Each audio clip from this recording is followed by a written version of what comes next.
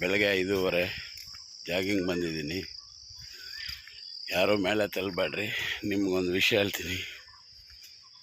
ಯಾಕಪ್ಪ ಇಷ್ಟೊತ್ತಲ್ಲಿ ಜಾಗಿಂಗ್ ಬಂದಿದೆ ಅಂದರೆ ನೋಡಿ, ಯಾರೂ ಇಲ್ಲ.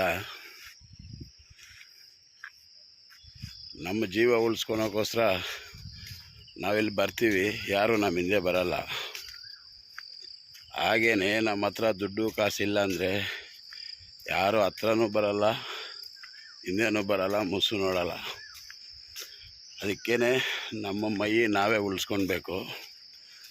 ನಮ್ಮ ಮೈ ನಾವು ಉಳಿಸ್ಕೊಂಡ್ರೆ ಮಾತ್ರ ನಮ್ಮ ಹೆಂಡತಿ ಮಕ್ಕಳನ್ನ ನೋಡ್ಕೊಂಡು ಸಾಕೋಕ್ಕೆ ಸಾಧ್ಯ ಆಗುತ್ತೆ.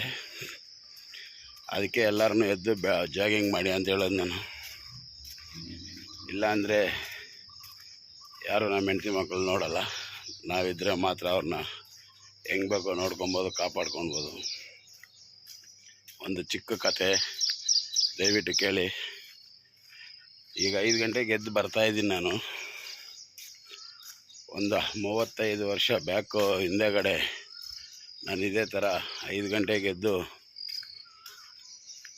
ಲಾರಿ ಕೆಲಸಕ್ಕೆ ಹೋಗ್ತಾಯಿದ್ದೆ ನಾನು, ಗೊಬ್ಬರ ತುಂಬೋಕ್ಕೆ. ಆ ನೆನಪು ಇವಾಗ ಬಂತು, ಅದಕ್ಕೆ ಹೇಳ್ತಾಯಿದ್ದೀನಿ.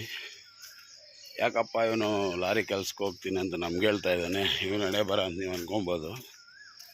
ನಮ್ಮ ತಂದೆಗೆ 12 ಜನ ಮಕ್ಕಳು.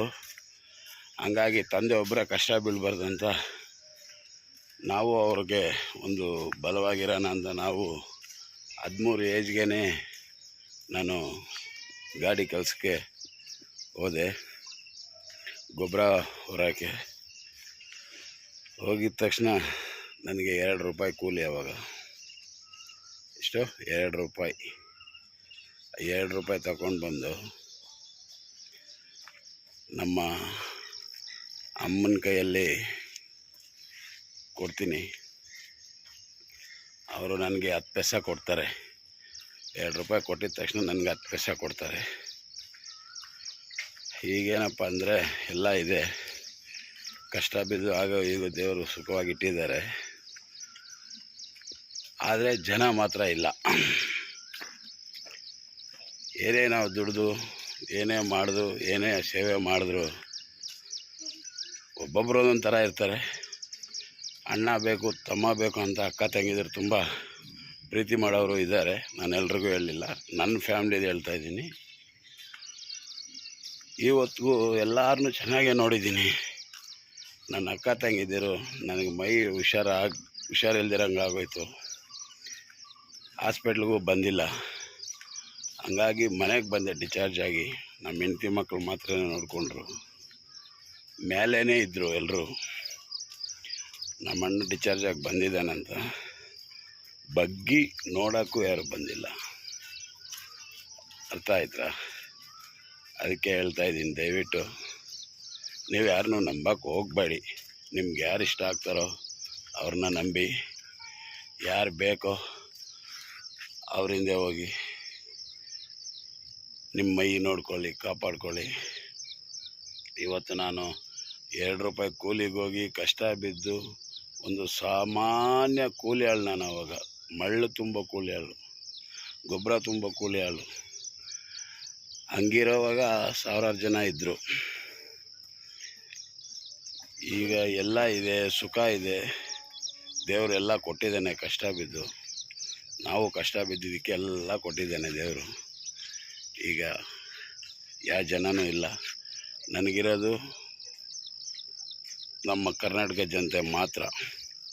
ಅವ್ರು ತೋರಿಸೋ ಪ್ರೀತಿ ವಿಶ್ವಾಸ ನನಗೆ ಅಷ್ಟೇ ಸಾಕು ಅಂದ್ಕೊಂಡು ಖುಷಿಯಾಗಿ ಸಂತೋಷವಾಗಿ ವಾಕ್ ಮಾಡ್ಕೊಂಡು ಬರ್ತಾಯಿದ್ದೀನಿ. ದಯವಿಟ್ಟು ನೀವೂ ಇದೇ ಥರ ಬೆಳಗ್ಗೆ ಎದ್ದು ವಾಕ್ ಮಾಡಿ, ಮೈ ಚೆನ್ನಾಗಿ ನೋಡ್ಕೊಳ್ಳಿ. ಮುಂದೆ ವೀಡಿಯೋದಲ್ಲಿ ನನ್ನ ಕಷ್ಟ ಇನ್ನೂ ಹೇಳ್ತೀನಿ. ಇವಾಗ ಕೂಲಿ ಕೆಲಸ ಮಾಡಿ 2 ರೂಪಾಯಿ ಬರುತ್ತೆ ಅನ್ನೋದನ್ನು ಹೇಳಿದ್ದೀನಿ. ಇದಕ್ಕೆ ಮೇಲೆ ಎಲ್ಲ ಡೀಟೇಲ್ ಹೇಳ್ತೀನಿ. ಯಾವ ಅಕ್ಕ ತಂಗಿದ್ರೂ ನಂಬಕ್ಕೆ ಹೋಗಬೇಡಿ. ನಿಮ್ಗೆ ಇಡಿಸಿಲ್ಲ ಅಂದರೆ ಆ ಥರ ಏನೂ ಇಲ್ಲ. ಅಂದರೆ ಎಲ್ಲರೂ ಹಂಗೆ ಇರಲ್ಲ, ಕೆಲವು ಜನ ಮಾತ್ರ ಇರ್ತಾರೆ. ಈಗ ಎಲ್ಲರೂ ಬರ್ತಾ ಇದ್ದಾರೆ, ಹೋಗ್ತಾ ಇದ್ದಾರೆ ವಾಕಿಂಗು. ಆ ಥರ ಎತ್ತಿ ಸಾಕಿ ಎಲ್ಲ ಮಾಡಿ ನಮಗೆ ಯಾರೂ ನೋಡ್ತಾ ಇಲ್ಲ, ನೋಡಬೇಕಂತ ಏನೋ ವಿಷಯ ಇಲ್ಲ, ಅವ್ರವ್ರ ಜೀವನ ಅವ್ರು ನೋಡ್ಕೊತಾರೆ. ಆದರೆ ಹಿಂಸೆ ಕೊಡ್ತಾರೆ, ತುಂಬ ಹಿಂಸೆ ಆಗಿದೆ ಪಾಪ. ನಿನ್ನೆಗೆ ನಾವು 27 ವರ್ಷ ನಮ್ಮದು ಮದುವೆ ಆಗಿ, ನಂದು ನನ್ನ ಮಿಸ್ಸಸ್ದು. ಆ 27 ವರ್ಷ ಅವರು ಹೆಂಗೆ ಇವ್ರ ಹತ್ರ ಕಷ್ಟ ಬಿದ್ದು ಕಷ್ಟ ಅನುಭವಿಸಿದ್ರು ಅಂತ ಗೊತ್ತಿಲ್ಲ. ಇವತ್ತಿಗೂ ನನ್ನ ಹತ್ರ ಒಂದು ಮಾತು ಹೇಳಲಿಲ್ಲ. ಆದರೆ ಅವರು ಹೇಳೋ ಟೈಮ್ಗೆ ನಮ್ಮ ಹತ್ರ ಯಾರೂ ಇಲ್ಲ, ಎಲ್ಲ ದೂರ ಮಾಡ್ಕೊಂಡು ಹೋಗ್ಬಿಟ್ಟಿದ್ದಾರೆ. ದಯವಿಟ್ಟು ನಮ್ಗೆ ಯಾರೂ ಇಲ್ಲ ಅಂತಲೇ ಬೇಸರ ಏನಿಲ್ಲ. ನಮಗೆ ಇಡೀ ಕರ್ನಾಟಕ ಜನತೆ ನಮ್ಮ ಹಿಂದೆ ಇದೆ, ನಮ್ಗೆ ಆಶೀರ್ವಾದ ಮಾಡುತ್ತೆ. ನಾವು ಆ ದೇವರ ಹತ್ರ ಎಲ್ಲ ಕೇಳ್ಕೊತೀವಿ, ಎಲ್ಲರೂ ದೇವರೇ ಚೆನ್ನಾಗಿಟ್ಟಿರಿ ಅಂತ. ನಮಸ್ಕಾರ ಫ್ರೆಂಡ್.